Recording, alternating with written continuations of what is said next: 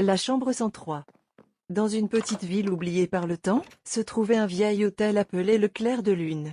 Fermé depuis des années à cause d'un incendie mystérieux, il avait été récemment rénové et rouvert.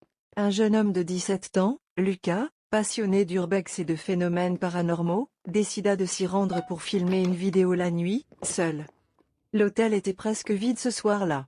Seule la réceptionniste, une vieille dame au regard vide, lui donna une clé sans un mot. La chambre portait le numéro 103. En montant l'escalier, Lucas sentit une étrange sensation dans son dos. Comme si quelque chose le suivait. Il se retourna brusquement. Rien. La chambre 103 était parfaitement propre, mais étrangement froide, bien que la climatisation fût éteinte.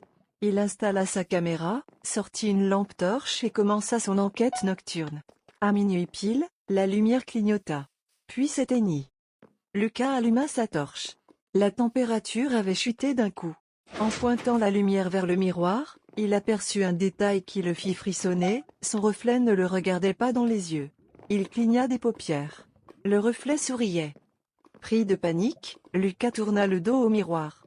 Une respiration glaciale se fit entendre derrière lui. Il se retourna. Personne. Mais sur le miroir, des lettres s'inscrivaient toutes seules. « Tu ne devrais pas être ici. » Il se précipita vers la porte. Elle était verrouillée de l'intérieur.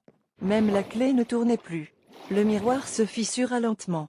Puis explosa, laissant apparaître une silhouette sombre aux yeux blancs. Lucas hurla. Le lendemain matin, la femme de ménage entra dans la chambre 103. Elle ne trouva personne. Juste la caméra, posée sur le lit.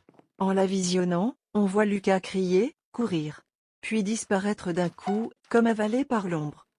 Depuis ce jour, plus personne n'a osé louer la chambre 103. Mais parfois, la nuit, les voisins disent entendre des cris étouffés, et voir de la lumière derrière la fenêtre. De cette chambre pourtant